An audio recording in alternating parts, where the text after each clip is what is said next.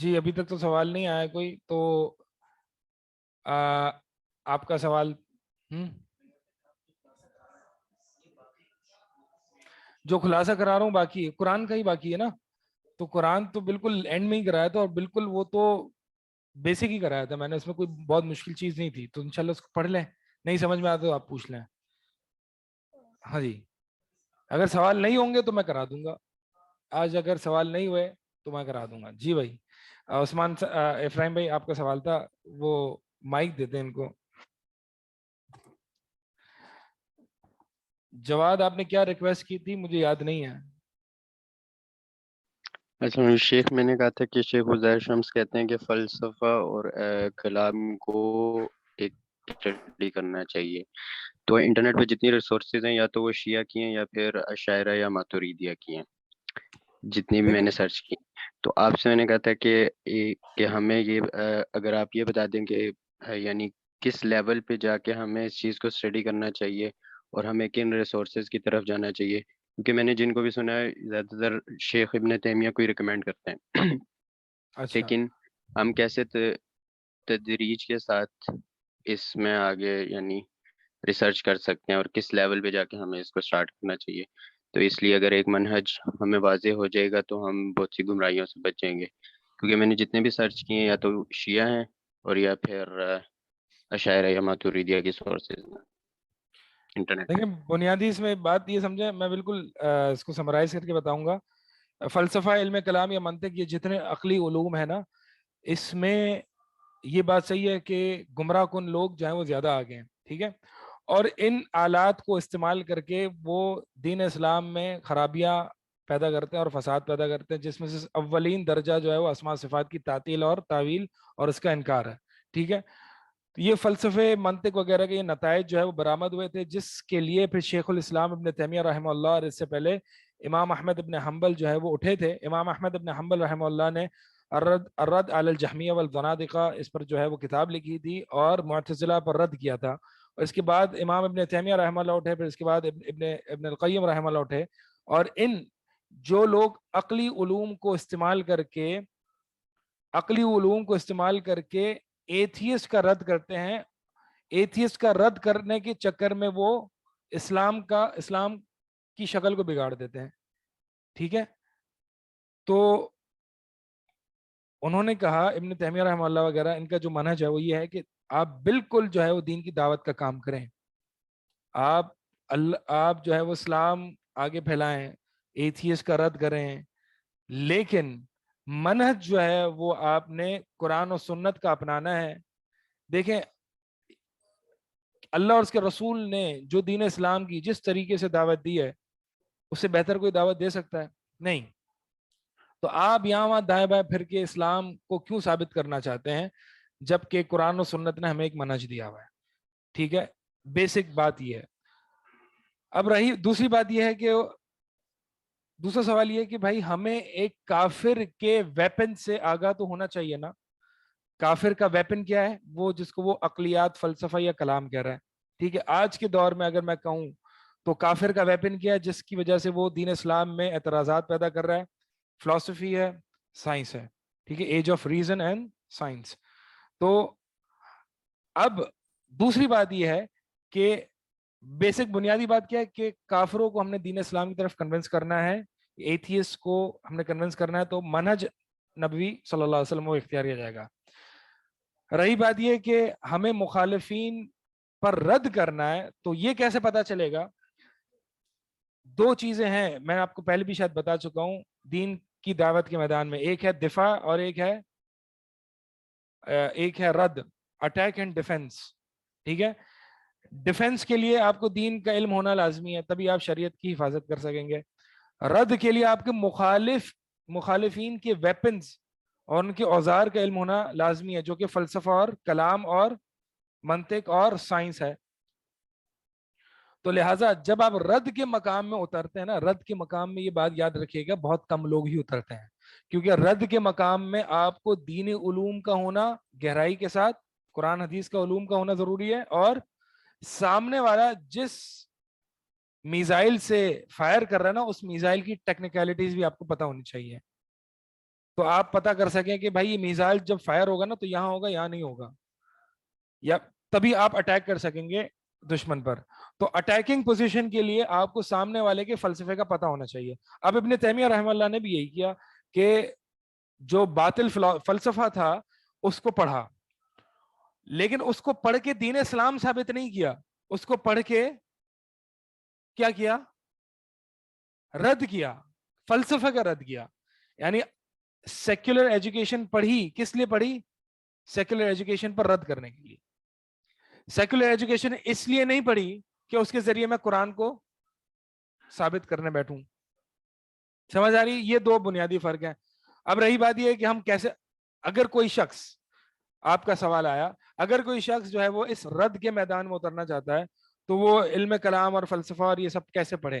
اول تو یہ ہے کہ پہلے عقیدہ تحاویہ تدمریہ شیخ الاسلام ابن تیمیہ رحمہ اللہ کی کتاب ہے عقیدے پر. عقیدہ تحاویہ جو ہے وہ امام تحاوی کی شرح ابو العز الحنفی رحمہ اللہ اس کی شرح ہے. ٹھیک ہے, اس طرح کی بنیادی بھاری بھرکم کتابیں تھوڑی سی پڑھنی چاہیے. پھر جب عقیدے میں ایک پختگی آ جائے تو پھر مخالفین کا فلسفہ یا منطق اور اس طرح کی چیزیں پڑھیں. ابھی اس سٹیج پہ میں نہیں سمجھتا کہ ابھی آپ نے جو ہے وہ تھوڑی گہرائی میں اترنا ہے. ٹھیک ہے, ابھی ہم بیٹھے ہیں دین کا دفاع کرنے. اگر کوئی ملحد آ گیا اور کہہ دیا کہ, مثال کے طور پہ ایک اعتراض ڈال دیا کہ مجھے بتائیں ذرا, وَأَنزَلْنَا مِنَ السَّمَاءِ مَاءً, کہ اللہ تعالیٰ کے, تمہارا قرآن کہتا ہے کہ اللہ تعالیٰ آسمان سے بارش نازل فرماتا ہے. یہ تو سائنس کی مخالف ہے. سائنس کہتی ہے کہ ہم سب جانتے ہیں کلاؤڈز یعنی بادلوں سے بارش آتی ہے. تمہارا قرآن کہتا ہے السماء, آسمان سے بارش ہوتی ہے. تو سائنس کے ایک سری مخالف ہے, ایک شبہ ڈال دیا اس نے. اب آپ کو جو ہے وہ ڈیفینڈ کرنا آنا چاہیے. ڈیفینڈ کب کریں گے؟ جب آپ کو پتا ہوگا انزلنا من السماء ماء کی تفسیر کیا ہے, یعنی شرعی علوم آپ کو پتا ہوں گے. تو آپ بتائیں گے بھائی السماء جو ہے وہ مثال کے طور پر مطلقاً علو کے معنی میں آتا ہے. جیسے کہ نبی صلی اللہ علیہ وسلم سے سوال کیا گیا این اللہ, تو اللہ کے نبی نے فرمایا فی السماء, فی السماء.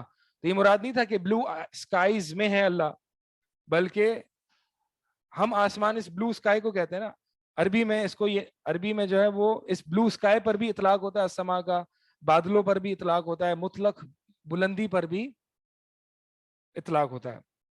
مقصد بتانا یہ کہ جب آپ کو دین کا علم ہوگا تب آپ اس کو ڈیفینڈ کر سکیں گے. تو ابھی جو ہے جو آپ لوگ بیٹھے ہیں, میری ایڈوائز یہ ہے کہ ابھی تھوڑا اور آپ نے پڑھنا ہے رد کے میدان میں اترنے سے پہلے. ٹھیک ہے, پھر انشاءاللہ تھوڑا اور آپ پڑھیں گے. علمی اعتبار سے رد کی بات کر رہا ہوں میں. ٹھیک ہے, انٹلیکچولی آپ اس پر, ایکیڈیمکلی آپ سامنے والے پر رد کریں تو آپ کو اس کو پڑھنا آنا چاہیے. یعنی آپ نے لٹرلی لبرلزم فلسفی جان لاک کی کتابوں سے پڑھی ہے یا جان سٹورٹ مل سے پڑھی ہے آپ نے, پھر آپ صحیح سے رد کر سکیں گے. لیکن ابھی آپ نہیں جائیں گے اس پہ. کیوں نہیں جائیں گے؟ ہم نے سورہ فاتحہ میں علم کی ترتیب پڑھی تھی. پہلے تعزیز الیقین ہوگا, یقین کو اپنے دلوں میں راسخ کریں گے, یقین دلوں میں راسخ ہوگا, پھر اس کے بعد جو ہے وہ, یعنی آپ کے پاس اپنے دین کے دفاع کے لیے آلت ہو. ٹھیک ہے, جہاد اقدامی اور جہاد دفاعی. جہاد اقدامی کب کیا جاتا ہے؟ جب دفاع کی پوزیشن میں تو آپ ہیں ہی ہیں. اب آپ نے اعلاء کلمت اللہ کے لیے آپ نے پوری دنیا گھومنا اور جہاد اور اللہ کا کلمہ بلند کرنا ہے. ایسا ہو سکتا ہے آپ جہاد اقدامی کی کوشش کر رہے ہیں اور جہاد دفاعی کی آپ کے پاس طاقت نہیں ہے؟ ایسا ہو سکتا ہے؟ نہیں ہو سکتا. تو بس یہی وہ میدان ہے. ٹھیک ہے, تو ہاں شیخ جو میں انڈرسٹینڈ کیا وہ یہ کہ ہمیں فار ایگزامپل جو عقیدے پہ بیسک بکس ہیں وہ پڑھنی چاہیے, اور فار ایگزامپل ہمیں تفسیر جو ہے اگر ہم مختصر پوری قرآن کی تفسیر پڑھ لیں, اور اگر مختصر جیسے فقہ کی کتاب ہے کوئی ایک وہ پڑھ لیں, یہ ہماری بیس بنا دے گی. اس کے بعد ہم نے جو ہے اگر اس میدان میں فلسفہ پڑھنا ہے تو اس کی ریسورسز کیا ہیں؟ اس کی ریسورسز جو ہے وہ عقیدہ اور اصول الفقہ, اور اصول الفقہ ہی میں مقاصد الشریعہ آتا ہے. ٹھیک ہے, عقیدہ اور اصول التفسیر, اصول فقہ اور اصول الحدیث, یہ سب آپ کو, یا میں یہ نہیں کہہ رہا کہ آپ کو فقہ بہت, فقہ میں آپ بیسک ہوں, عقیدے میں پختہ ہوں, اور اصول میں پختہ ہوں, اصول الفقہ میں. ٹھیک ہے, یہ ساری چیزیں آپ کو تو لیکن شیخ فلسفہ اور کلام کی وہ اوتھینٹک ریسورسز بتا دیں. فلسفہ اور کلام کی اوتھینٹک سورسز جو ہیں دیکھیں میں نے آپ کو اگر بتایا ہم کہ تاسیس بنا لیں فلسفہ کلام جو ہے وہ باطل لوگوں کے ہاتھ میں ہے، یہ باطل لوگوں کا، گمراہ کن لوگوں کا ہتھیار ہے. ابن تیمیہ رحمہ اللہ کو پڑھیں گے تو ابن تیمیہ نے رد کیا ہے، فلسفہ کلام سکھایا نہیں ہے. یعنی آپ کو ابن تیمیہ کے رد کو پڑھنے کے لیے آپ کو فلسفہ کلام پہلے سے آنا چاہیے، تبھی آپ ابن تیمیہ کی بات سمجھ سکیں گے. فلسفہ کلام کو پڑھنے کے لیے آپ نے ارسطو اور افلاطون اور سقراط وغیرہ کو پڑھنا ہے. ٹھیک ہے، تو یہ سب فارابی، ابن سینا، جس پر ابن تیمیہ وغیرہ رد کرتے ہیں، تو ان کے فلسفے کو پڑھنا چاہیے. اب یہ اوتھینٹک، میں نے آپ کو بتایا کہ یہ آپ مثال کے طور پر وہ سوال کریں کہ مجھے لبرلزم کے بارے میں پڑھنا ہے، لبرلزم یا فیمنزم کے بارے میں پڑھنا ہے، تو مجھے کوئی اوتھینٹک قرآن اور حدیث کا سورس بتائیں. ایسا ہو سکتا ہے؟ نہیں ہو سکتا نا. تو یہی بات ہے. ٹھیک ہے، یہ باطل لوگوں کے ہاتھ میں ہے، تو ان کو پڑھنے کے لیے پہلے آپ اپنی پوزیشن، اپنی گراؤنڈنگ مضبوط کریں. صحیح ہے جزاک اللہ شیخ. جی. ابھی جو جواد بھائی نے سوال کیا آپ سے، اسی کے تناظر میں آپ نے کہا کہ جی یہ فلاسفہ اور علم الکلام اور منطق کا جواب ہم رسول اللہ کی سیرت سے دیں گے جس طرح انہوں نے دیا. تو اس زمانے میں کیا یہ علم الکلام، منطق اور فلاسفہ تھے؟ کس زمانے میں؟ رسول اللہ کے زمانے رسول اللہ کے زمانے میں کیا فلسفہ تھا؟ جی ہاں، ارسطو جو ہے وہ ارسطو از ہاں 400 to 500 years BC before Christ، عیسیٰ علیہ السلام سے بھی پہلے کا. جی شیخ،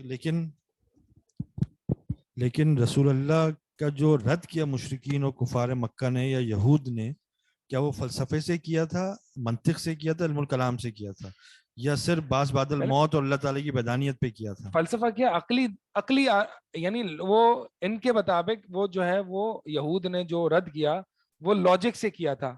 اب جیسے کہ مثال کے طور پر یہود یہ کہتے نسخ کے قائل نہیں تھے، نسخ کے ناسخ منسوخ کے قائل نہیں تھے. لاجیکل آرگیومنٹ پیش کرتے تھے ان کے نزدیک کہ اگر نسخ جائز ہوتا، تو اگر نسخ ہوتا پاسبل، تو اس کا مطلب یہ ہے کہ اللہ تعالیٰ کو پتہ نہیں تھا اس لیے چینج کر دیا. یعنی اگر حکم اللہ کی طرف سے ہے تو وہ چینج کیوں ہوا؟ ٹھیک ہے، یہ ایک لاجیکل یہ قرآن میں سورہ بقرہ میں اس کا جواب ہے. ٹھیک ہے، ما ننسخ من آیۃ او ننسھا نأتی بخیر منھا او مثلھا. تو اللہ تعالیٰ نے اسی طرح اور کفار مکہ کا مثال کے طور پر قرآن میں آیت نازل ہوئی کہ تم جن کو پکارتے ہو سب کے سب جنت جہنم کا ایندھن ہے. مشرکین مکہ نے کہا کہ عیسیٰ علیہ السلام کو پکارتے ہیں نصارہ، ہم ابراہیم علیہ السلام کو بھی پکار لیتے ہیں، تو یہ بھی جہنم میں جائیں گے. تو اللہ تعالیٰ نے اس کا جواب دیا. تو مقصد یہ فلسفہ اور علم کلام کیا ہے، ایک آرگنائزڈ وے میں لاجک ہے جس کو وہ کہتے ہیں، اور اس لاجیکل طریقے سے قرآن حدیث پہ اعتراض ہے. شیخ اگر آپ اپنی میتھوڈولوجی ہمارے ساتھ شیئر کر دیں کہ آپ نے کب سٹارٹ کیا تھا اور کیسے اور کن ریسورسز کو یوز کیا تھا. میں نے کب سٹارٹ کیا تھا؟ یعنی کس سٹیج میں آپ نے اس فلسفہ وغیرہ کو پڑھنا سٹارٹ کیا، اور پھر اس کے بعد کن کن ریسورسز سے آپ نے فائدہ اٹھایا؟ میں نے 8ویں سال میں سٹارٹ کیا تھا، مدرسے کے 8ویں سال کے بالکل اینڈ میں. تو میں نے جو ہے وہ کن کو پڑھنا شروع کیا؟ میں نے جو ہے وہ اپنے والوں کو ہی پڑھنا شروع کیا. بیسیکلی میں نے انگلش میں کتابیں پڑھی تھی، کیونکہ وہ فلسفہ جو ارسطو اور یہ جو ہے وہ تو آؤٹ ڈیٹڈ ہو گیا نا. تو آج کل کی جو کتابیں ہیں وہ انشاءاللہ آپ آئیں گے اسٹیج پہ تو آپ کو میں ساری بتا دوں گا کیا کیا کتابیں ہوتی ہیں، کیا ہے کیا نہیں ہے. لیکن شروع میں جو ہے وہ آپ ٹیچر سے پڑھ لیں. ٹھیک ہے، جی شیخ تو جزاک اگلے اللہ. 2 سال انشاءاللہ آپ کو دلائل اسلام پیچھا نہیں چھوڑے گا، آپ پڑھتے رہیں انشاءاللہ. جی آپ کا کیا سوال تھا؟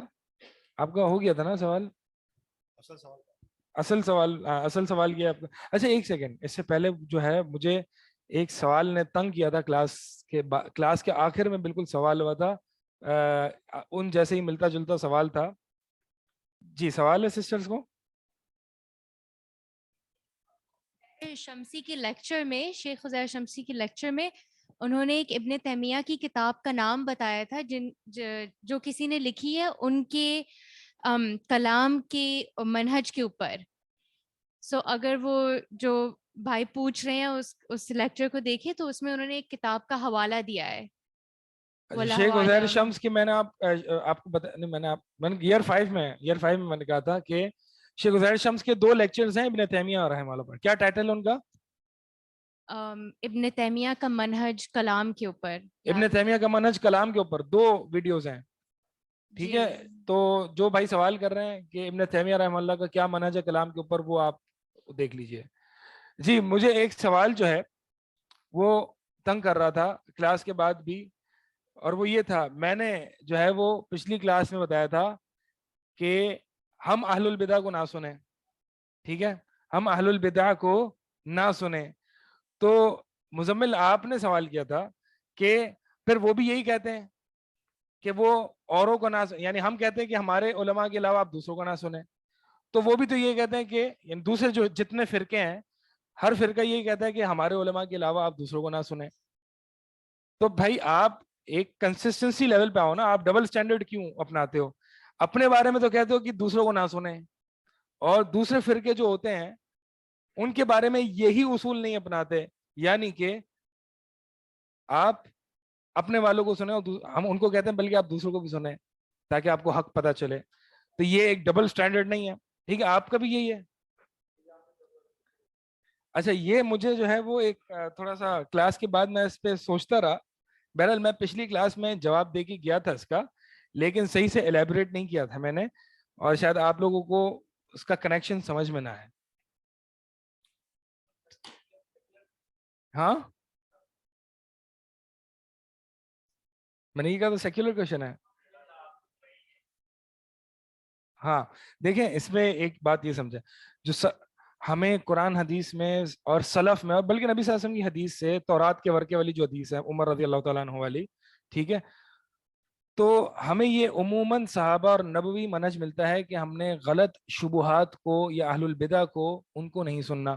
کیوں؟ کیونکہ دل کمزور ہوتے ہیں, کیا پتا ان کی جو ہے وہ غلط باتیں ہمارے دل میں سرایت کر جائیں اور ہم جو ہے وہ گمراہی کے راستے پر چلے جائیں. تو یہی اصول جو ہے, اگر آپ مثال کے طور پر کوئی بریلوی ہے, ٹھیک ہے, یا کوئی دیوبندی ہے, یا کوئی جماعت اسلامی کا ہے, یا جو بھی جتنے بھی فرقے ہیں, آپ ہر بندہ پھر ان کے علماء بھی یہی کہتے ہیں کہ آپ دوسروں کو نہ سنیں. ٹھیک ہے, تو پھر آپ کم از کم اتنی برداشت, سوال یہ ہے کہ آپ کم از کم اتنی ٹالرنس پیدا کریں نا, یا اتنی کنسسٹنسی پیدا کریں اپنے اصول میں کہ جو اصول آپ اپنے لیے پسند کرتے ہیں وہ آپ ان کے لیے بھی پسند کریں. سوال سمجھ آ رہا ہے؟ اب اس کا مجھے سوال جواب دینے دیں, ٹائم نکل جائے گا. ٹھیک ہے, آپ کچھ بولنا چاہ رہے ہیں؟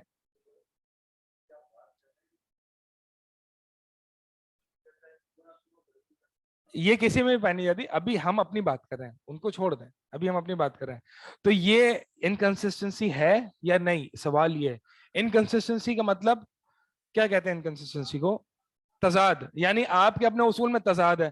آپ کہتے ہو کہ میرے والوں کو سنو, وہ کہتے ہیں, بریلوی کہتے ہیں میرے والوں کو سنو, تو بھائی وہ پھر وہ کہاں جائے؟ تو آپ کم از کم اس کے لیے یہ کہو نا کہ تم اپنے والوں کو سنو. ٹھیک ہے, یعنی جو اصول آپ اپنے والے لوگوں کے لیے لگاتے ہو. تو میں نے آپ کو بتایا کہ اس کا جواب یہ ہے کہ اس سے پہلے آپ یہ چیز سمجھیں کہ ہم حق پر ہیں, ہم حق پر ہیں. دونوں چیزیں برابر نہیں ہے کہ ٹریٹمنٹ بھی ایک ہو. مثال کے طور پر میں نے یہ آپ کو پچھلی کلاس میں بھی جواب دیا تھا, اور مثال بھی یہی دی تھی کہ آپ دیکھیں, کفار جو کہ ذمی ہے, جو مسلمان رول کے انڈر ہے, کیا اس کو اجازت ہے اپنے دین کی دعوت دینے کا, دین کی تبلیغ کرنے کا اجازت ہے کیا؟ آپ کہہ رہے ہیں نہیں ہے نا, نہیں ہے نا. کافر کو مسلم رول کے انڈر تبلیغ کی اجازت نہیں ہے. لیکن کیا اسلام ایک مسلمان کو الاؤ کرتا ہے کہ وہ نان مسلم رول کے اندر جائے اور وہ پریچ کرے؟ الاؤ کرتا ہے اسلام؟ یہ ڈبل سٹینڈرڈ نہیں ہے؟ ایک سیکنڈ, اب یہ کیس سینیریو یہاں پہ سائڈ پہ رکھے. ٹھیک ہے, یہ کیس سینیریو سائڈ میں رکھے کہ اسلام خود اپنے لیے جو پسند کرتا ہے وہ دوسروں کے لیے کیوں نہیں کرتا. یعنی ٹھیک ہے, آپ دیکھیں حدیبیہ کے موقع پر بھی جب انہوں نے وہ جو معاہدہ ہوا تھا نبی صلی اللہ علیہ وسلم کے ساتھ کہ اگر مشرک عورت آ جائے آپ کے پاس اسلام کے لیے تو اس کو روک لو, اور تمہاری عورت جائے تو واپس کرو نہ روکو. کیا یہ ڈبل سٹینڈرڈ نہیں ہے؟ یہ دوسرا کیس. اس طرح کے بہت سارے کیسز ہیں. ٹھیک ہے, اس طرح کے بہت سارے کیسز ہیں جہاں پہ اسلام اپنے آپ کو فیور دے رہا ہے اور دوسرے کو فیور نہیں دے رہا. اس کی وجہ کیا ہے؟ اس کی وجہ یہ ہے کہ اسلام حق پر ہے, باقی باطل پر ہے. تو ایک ہی اصول, ایک ہی لاٹھی سے سب کو نہیں ہانکا جائے گا.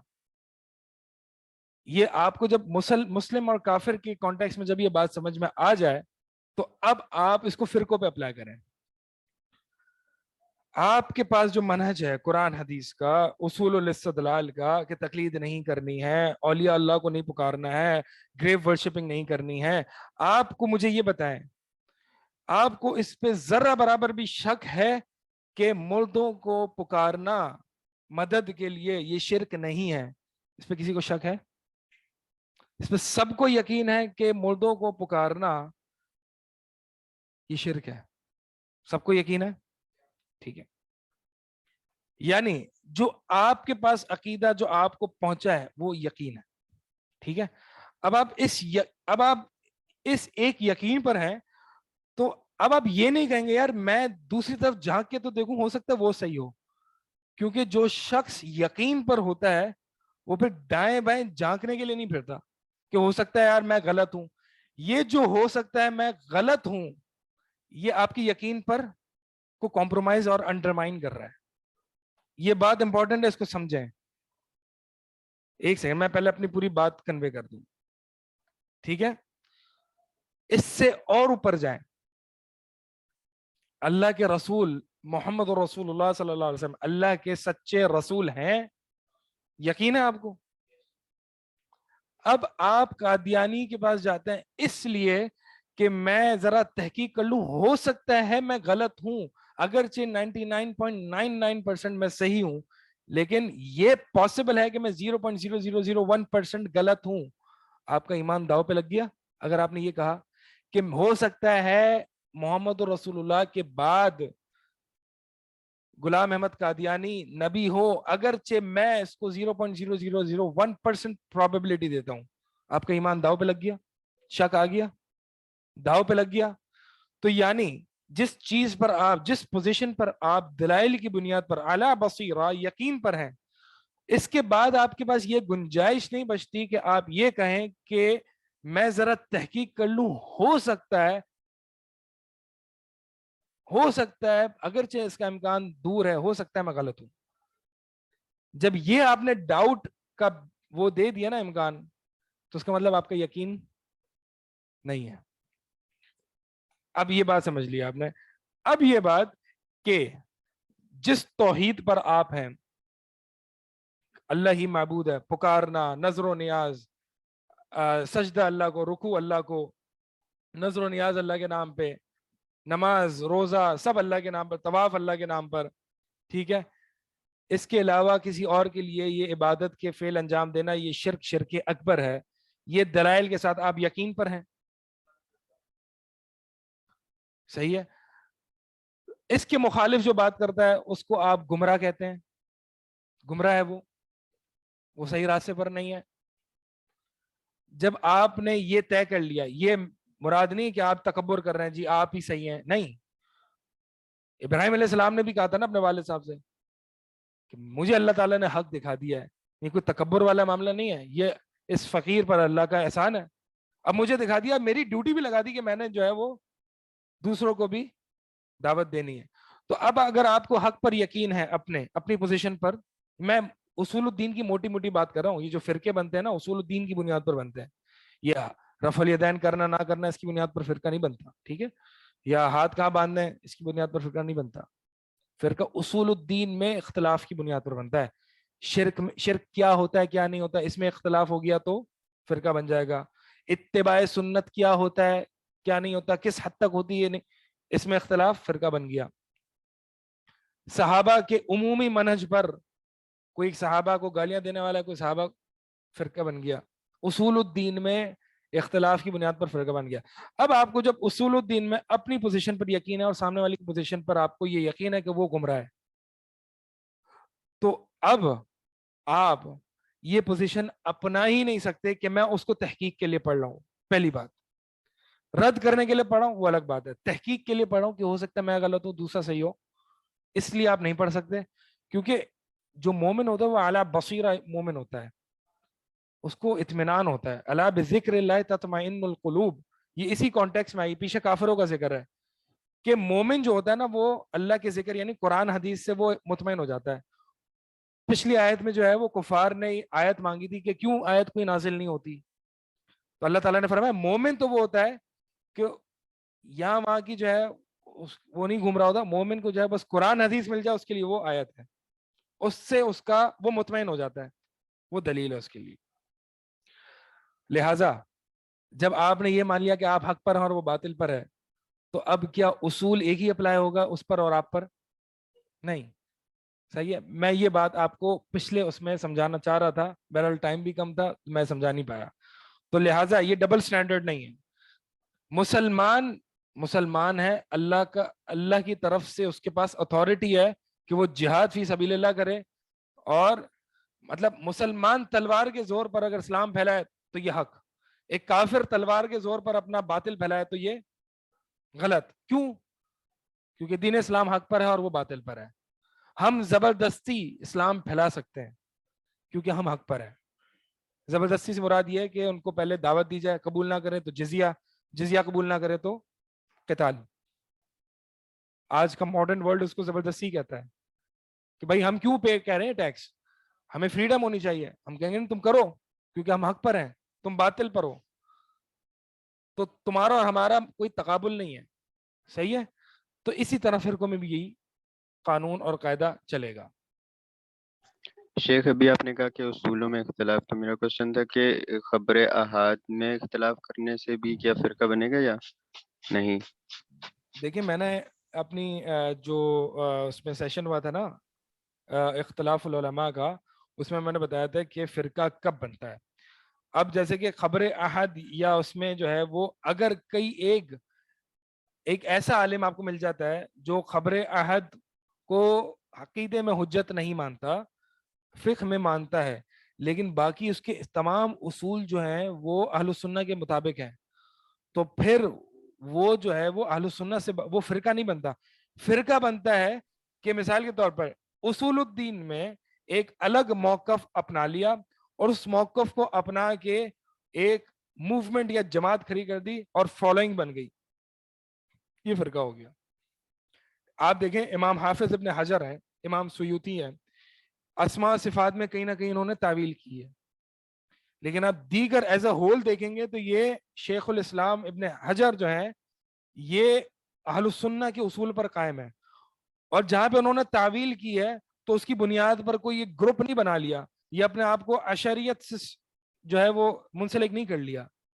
ٹھیک ہے, آپ ہمارے جو ہیں وہ ہند و پاک کے بر صغیر کے اہل حدیث علماء آج سے 100 سال پہلے یا 80 سال پہلے چلے جائیں, جو شاہ ولی اللہ رحمہ اللہ سے لائن چل رہی ہے, ان میں بھی اسماء صفات میں آپ کو کچھ انکار ملے گا, کچھ تعویل ملے گی.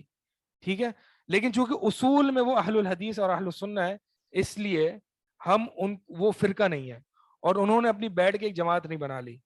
اب غامدی صاحب نے کیا کیا, اتباع سنت کیا ہوتی ہے کیا نہیں ہوتی, کس حد تک ہوتی نہیں ہوتی, وہ علیحدہ ہوئے, علیحدہ ہو کے انہوں نے اپنی ایک موومنٹ کھڑی کر دی. مودودی صاحب نے خلافت کے مسئلے میں حکمران سے تعامل کے بارے میں ایک اختلاف کیا اہل السنہ سے, اختلاف کر کے ایک موومنٹ کھڑی کر دی, اخوان المسلمین جماعت اسلامی. یہ تفرقہ ہے, یہ تفرقہ لاؤ نہیں ہے. آپ دیکھیں اہل الحدیث علماء میں اختلاف نہیں ہوتا کیا, کتنا ہوتا ہے, کیا اس بنیاد پر جو ہے وہ ایک میں نے جو ہے وہ جماعت بنا لی کہ بس اب جو ہے وہ جماعت سے مراد یہ کہ ایک تفرقہ اصول کی بنیاد پر, نظمی بنیاد پر تفرقہ نہیں. نظمی بنیاد پر آپ کو اہل حدیثوں میں جماعتیں ملیں گی, ایڈمن کے یعنی سیاسی, یعنی کوئی ایک ایسی ہوگی جو سیاست میں ایکٹیو اہل حدیث جماعت ہوگی, وہ فرقہ نہیں ہے. اصول الدین کی بنیاد میں اختلاف, اس بنیاد پر تفرقہ کرنا, اس سے فرقہ بنتا ہے. صحیح ہے جی.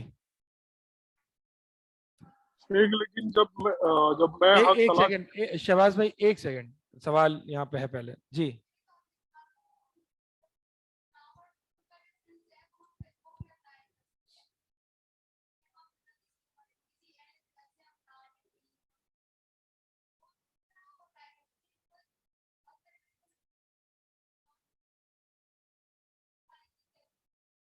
نہیں بات کفر اور میں یہ جو قیاس کر رہا ہوں نا, آپ جو کہہ رہی ہیں کہ یہ اہل البدع اگرچہ مسلمان ہوتے ہیں, ٹھیک ہے, اسی لیے اگر کیا کہتے ہیں ہم ان سے مسلمانوں والے ہی سلوک کرتے ہیں, عموماً اخلاقی معاملات میں اگر کوئی بیمار ہو گیا تو ان کے پاس عیادت کے لیے بھی جائیں گے, ان کے ساتھ کھانا بھی کھا لیں گے, لیکن دینی تعاون میں اور دینی احکامات میں وہ ان سے علیحدگی اختیار کرنی پڑے گی, ٹھیک ہے. اخلاقی امور میں تو ہم کافر کے ساتھ بھی بہت اچھے ہیں, اخلاقی امور میں تو ہم کافر کے ساتھ بھی صلہ رحمی اور کھانے پینے کے معاملات کرتے ہیں, تو ہم اہل البدع کے ساتھ کیوں نہیں کریں گے؟ یہ اخلاقی امور ہے.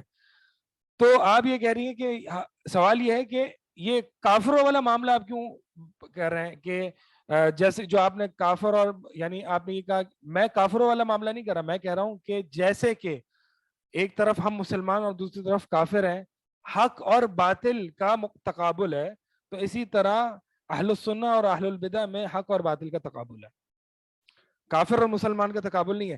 تو میں یہ بتا رہا ہوں کہ جب حق اور باطل کا تقابل ہوتا ہے تو پھر اصول میں کنسسٹنسی نہیں ہوتی ہے. ہاں کیا؟ ہاں جی, تو اسی کا تو جواب دیا میں نے. تو میں نے یہی بتا کہ ہر کوئی اگر یہ سمجھ رہا تو وہ اس کا مسئلہ ہے نا.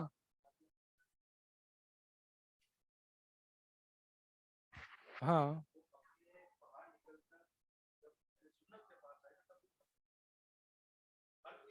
میں یہی بتا رہا ہوں, میں دوسروں کو کہوں جو دوسرے باطل لوگ ہیں, دیکھیں دوسرے جو لوگ ہیں جو باطل عقیدے پر ہیں یا باطل دین پر ہیں, ان کو میں کہوں گا کہ آپ دوسروں کو سنو, کیونکہ ہم حق پر ہیں نا. میں آپ کو یہی بتا رہا ہوں, یہ اسٹینڈرڈ آپ کو ڈفرینشیٹ کرنا پڑے گا.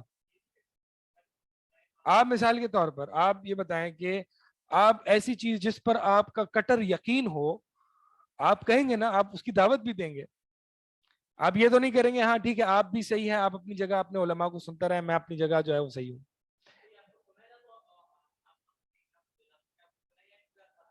ہاں کوئی مجھے سنے گا تو ہم سنانے کے لیے تو بیٹھے ہیں. ہاں تو ہم یہی کہیں گے کہ بھائی تم اپنے اپنوں کو نہیں سنو. دیکھیں اللہ تعالیٰ جب کفار مکہ کو رد کر رہا ہوتا ہے نا, تو اللہ تعالیٰ جو ہے وہ یہ کہتے ہیں کہ اپنے آباء و اجداد کی تقلید سے باہر نکلو.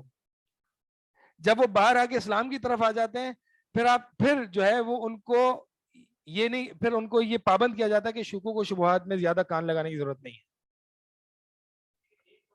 کہ تم جب ان لوگوں کے ساتھ بیٹھو جب استہزاء ہو رہا ہو تو وہاں سے اٹھ جاؤ, حتی یخوضوا فی حدیث غیر, شاید اس طرح کی کیا ہے آیت وہ, کہ جب اللہ کا مذاق اڑایا جا رہا ہو یا دین کی بات, دین پہ شبہات ڈالے جا رہے ہوں, خوف فی الدین ہو, تو ان لوگوں کے ساتھ نہ بیٹھو. اب آپ یہ کہہ سکتے ہیں بھائی تحقیق کے لیے ہم تو بیٹھ سکتے ہیں, تو جب آپ کفار مکہ کو کہہ رہے تھے کہ آپ تھوڑا ڈبے سے باہر آ کے سوچیں, ٹھیک ہے, تو ڈبے سے باہر آ کے انہوں نے سوچا, انہوں نے دین اسلام کی حقیقت معلوم ہو گئی. تو جب میں یہ کہہ رہا ہوں جب حقیقت معلوم ہو گئی, جب آپ کنفرم ہو گئے, اب جو ہے وہ دائیں بائیں نہیں جانا تحقیق کے لیے. بہرحال میں پتہ نہیں کتنی صحیح طریقے سے آپ کو بات سمجھا پا رہا ہوں یا نہیں پا رہا. مقصد یہ ہے کہ ہم میں اور ان میں فرق ہوگا, ہم حق پر ہیں اور وہ باطل پر ہیں.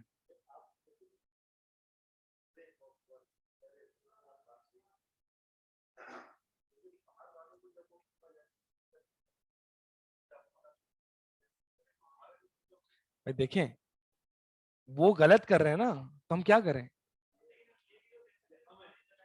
ہاں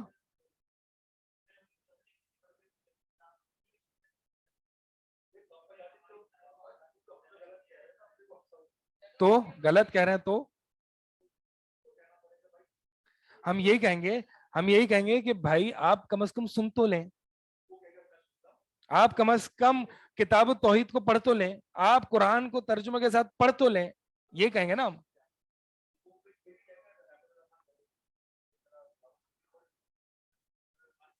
ٹھیک ہے پڑھ لیتے ہیں, ٹھیک ہے.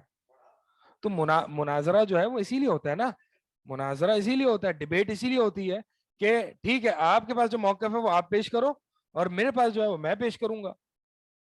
لیکن ہاں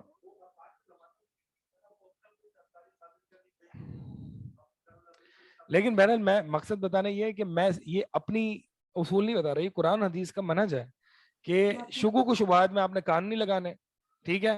اور جو شکوک شبہات میں پڑا ہوا ہے شخص ہے آلریڈی، اس کو آپ کہیں گے بھائی تھوڑا نیوٹرل ہو کے سوچو. السلام علیکم شیخ. کوشچن تھا کہ ایک سیکنڈ جواد جی، خواتین میں سے کسی کا سوال تھا سسٹر کا.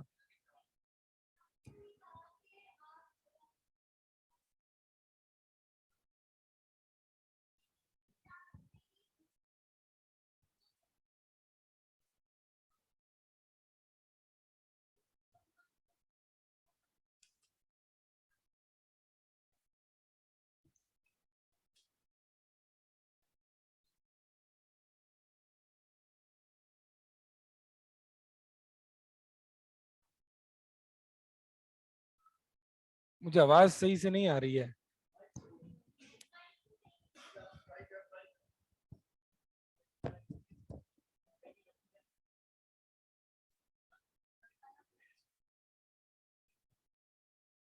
ہاں اچھا، آپ یہ کہہ رہی ہیں کہ ہم چینج ہوئے، ہم صحیح العقیدہ پر آئے.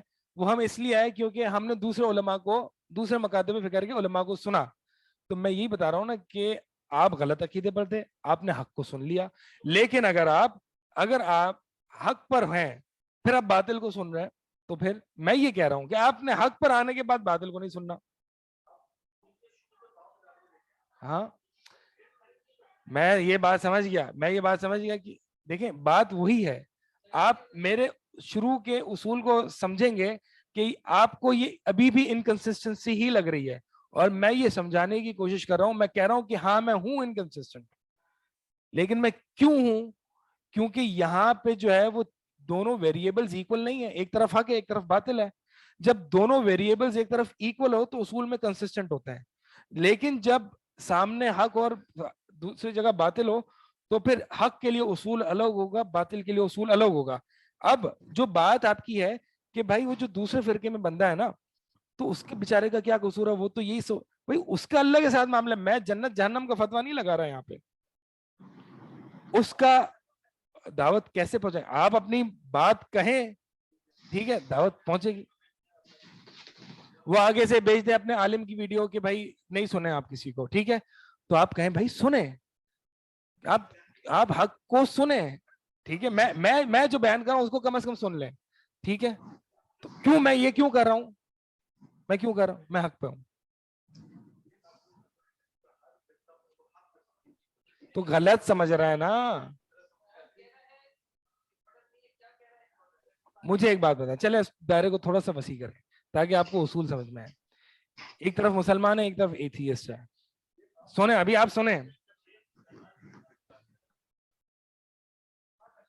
میں مسلمان کافر کو نہیں کر رہا. کچھ وقت آپ میں ہمیں بھی دے دیں گے. حق نہیں آپ دیکھیں شیخ صاحب آپ سے وقت درکار ہے. میں صرف اس لیے آپ کو مثال دے رہا ہوں تاکہ آپ حق اور باطل میں تقابل کریں. میں نے آپ سے اسی لیے پہلے پوچھا کہ جو قبر پرستی پر ہے آپ اس کو باطل سمجھتے ہیں یا نہیں سمجھتے؟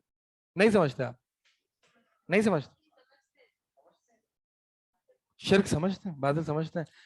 اسی لیے ٹھیک ہے، جس طرح سے ایک کافر جو کہ جیسس کو اللہ کا بیٹا مانتا ہے اس کو آپ باطل سمجھتے ہیں، ایک کلمہ گو جو کہ شرک کر رہا ہے اس کو بھی آپ باطل سمجھتے ہیں، لیکن اس کو آپ کافر اس لیے نہیں سمجھتے کیونکہ کچھ تکفیر کے کچھ شرائط ہوتی ہیں.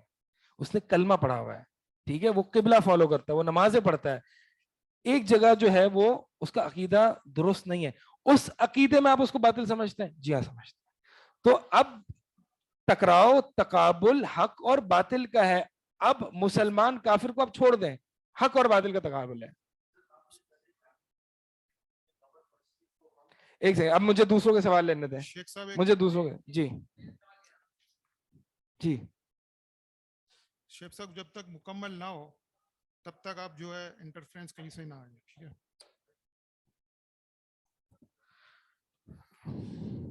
اگر ہم ایک تائرانہ نظر دوڑاتے ہیں کتاب و سنت پر،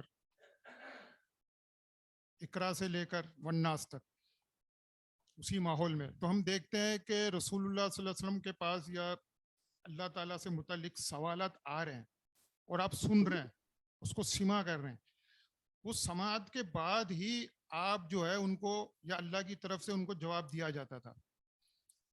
تو جب یہاں عمومی طور پر بحث یا مناظرے وغیرہ ہوتے ہیں تو ان کو سنا جاتا ہے, لیکن آپ پر علم پر دسترس ہونی چاہیے کہ آپ ان کو جواب ضرور دے سکو, ان کے ساتھ مجلس بھی منعقد کرو. آپ بالکل اس کو انکار تو رد تو نہیں کیا جا سکتا نا کہ آپ بیٹھو ہی مت, ہم سنیں گے ہی نہیں. یہی بات ہے نا, مطلب بالکل قطعی طور پہ رد تو یا منع تو نہیں کر سکتے ہم. میں سمجھا نہیں سوال.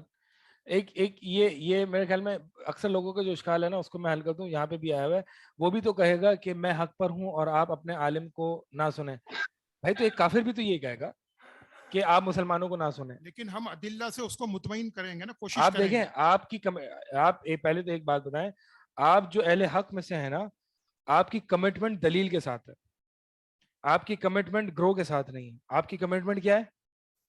جہاں قول اللہ و قول رسول ہوگا وہاں پہ ہوں گا. تو آپ اپنے آپ کو فرقہ نہ سمجھے, آپ کی کمٹمنٹ دلیل کے ساتھ ہے.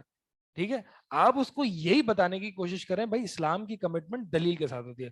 تم دلیل لاؤ تو میں تمہاری بات پہ آ جاؤں گا. وہ تو دوران مباحث جو ہے لیکن مسئلہ یہ ہے کہ وہ اپنے عالم کی بات کو دلیل سمجھ رہا ہے.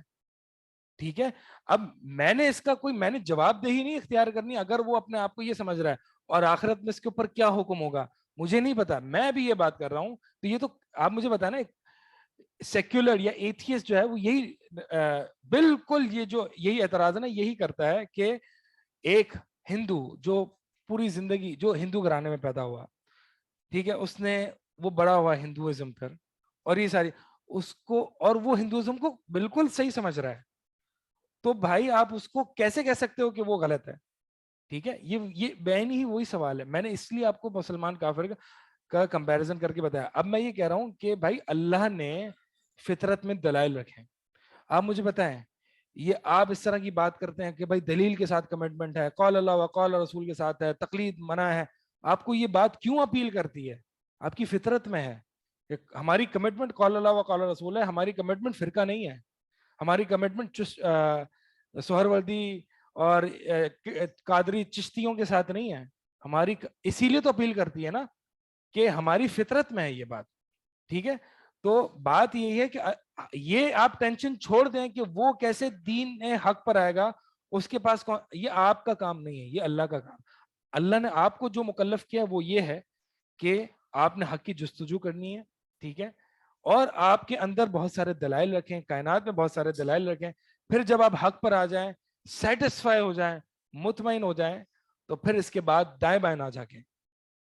لیکن تحقیق کے لیے. ٹھیک ہے, شیخ جب میں اہل حدیث بنتا تھا نا تو مجھے اہل حدیث کا یہ کانفیڈنس لیول ہی پسند آیا تھا کہ وہ سب کے پاس جانے بولتے تھے کہ آپ سب کی سنو. ایک سیکنڈ, بریلوی وغیرہ مطمئن بیٹھے ہوئے نا, تو کافر بھی مطمئن بیٹھا ہوا ہے.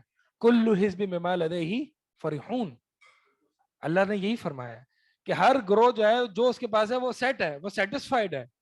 تو اب مجھے یہ بتائیں کہ وہ اس کا مسئلہ ہے نا, وہ ہمارا مسئلہ, اور اس کے ساتھ آگے کیا ہونا ہے میرا, ہم کیوں ٹینشن لے رہے ہیں؟ میں یہ بول رہا ہوں ہم حق پر ہیں, ہمیں دعوت دیں. ہاں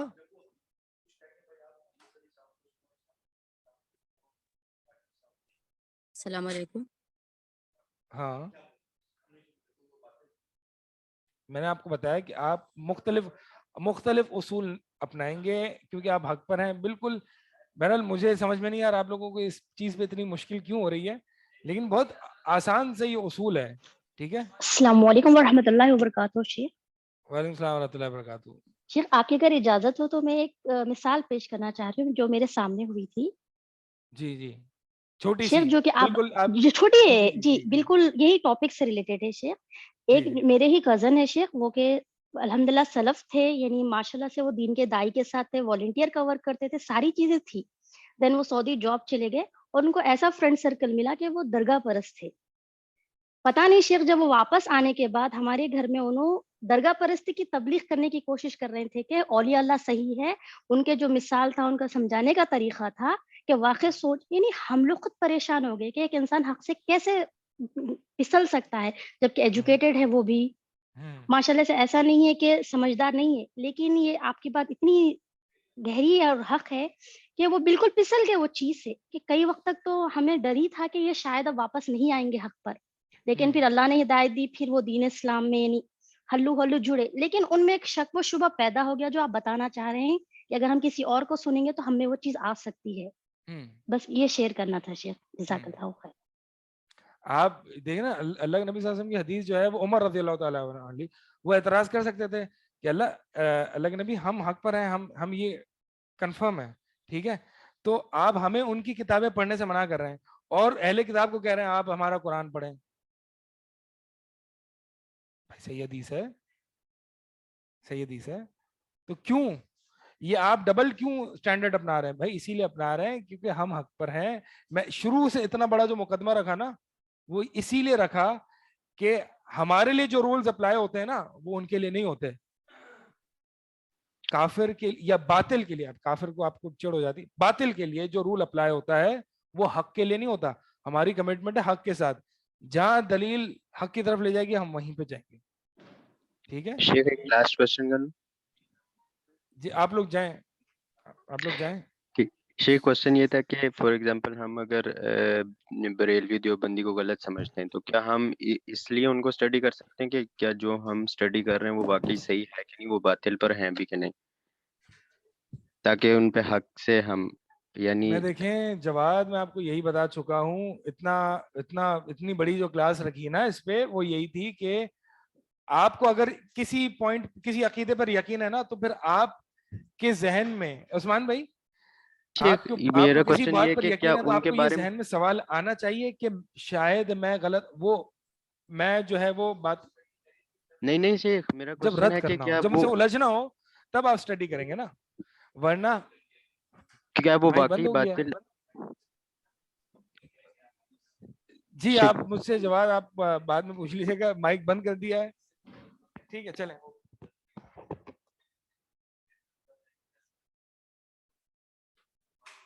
جزاک اللہ خیر شیخ صاحب.